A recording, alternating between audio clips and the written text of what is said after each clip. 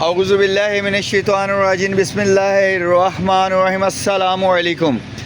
दरूदो सलाम मोहम्मद व आले मोहम्मद पर नज़रें झुकाकर, सर झुकाकर, खंदाए पेशानी झुकाकर अल्लाह सुब्हाना ताला कबूलो मंजूर फरमाए। अल्लाहुम्मा सल्ली अला मोहम्मद व आलि मोहम्मद। जैसा कि आपको इल्म है कि एवरी संडे हमारा सामान खुलता है। अच्छा, मैंने इन्फॉर्म करना था, ये स्पीकर हैं, ये एक साहिब हैं, कोई टिकटॉक देख के आए थे, अब मुझे पता नहीं है वो कौन थे। आई थिंक वो साहिवाल से थे। उनका ना लास्ट टाइम पैनासोनिक का एक एम्प निकला था 4000 की डील में, जिसमें था एक टोस्टर, एक एम्प और एक कोई मशीनरी थी और अदर मुझे कुछ याद नहीं होता। नॉर्मल एक याद है कि वो एम्प एक चीज़ ही मैंने देखी थी, उसका 4000 मांगा था। तो उनके ना अब स्पीकर निकल आए हैं। तो आज अगर वो मुझे रिप्लाई दे देंगे तो मैं रोक लूँगा इनको, नहीं तो फिर ये लंडा ज़ाहिरी बात है, मेरा फ़र्ज़ है कि आपको बता देना। ये स्पीकर निकले हुए हैं, ठीक है। और ये कुछ LCDs वगैरह हैं, फ़िलिप्स की हैं। ये अदर सामान जो ऊपर होता है पैलेट के, वो हम निकाल लेते हैं। ये देख लीजिएगा कुछ जो भी है, वट एवर। भांडे है, भांडे टिंडे है, बिल्ला है जे, बिल्ला पछान लो।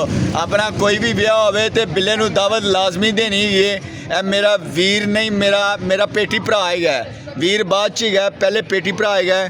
तो यह मशीन ही जे, तो अज यकीनन मैं घर ही लैके जानी है। घर गाजरां दा जूस ते अनार दा जूस पीवांगा। ये जूस की खूबी होंदी है, यही खूबी वो लगी होंदी है।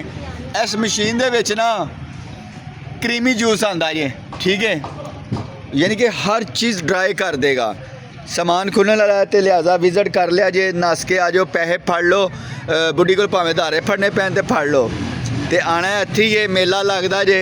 तो इधरों जे पेकियां दा घर जिहड़ा मैं अक्सर कहना हुन्ना, ठीक है, गुलबर्ग वालों आना होवे तो इधरों खालिद मस्जिद, वो मुंडा भी आ गया ऐलान सुन के, पता नहीं मंडी की शै बनने लगी। इधरों है जे सोहरियां दा घर, ओ आ गया नज़र। तो यह विच बशकार लाहौर दा दिल 7 स्ट्रीट बाज़ार 140 ईस्ट 7 स्ट्रीट ऑफिसर कलोनी कैलवी ग्राउंड लाहौर।